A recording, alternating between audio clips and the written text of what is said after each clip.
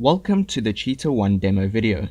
The Cheetah-1 is a mobile breathalyzer unit with more than just one function, and today we are going to show you a little more about these features and how to.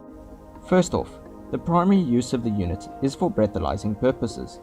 In addition to this, we have a simple list of added features: a torch, a siren, warning lights, a digital display, and a results capacity of 5,000 tests.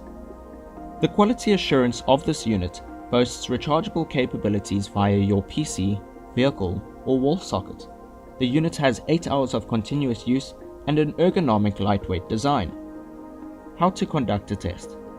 To turn the unit on, hold down on the center OK button until you hear a beep. To initiate a test, push the start button once and ask the subject to blow sharply approximately 10 centimeters towards the top of the unit. If the subject has no alcohol present, a result will display a reading of 0.00%.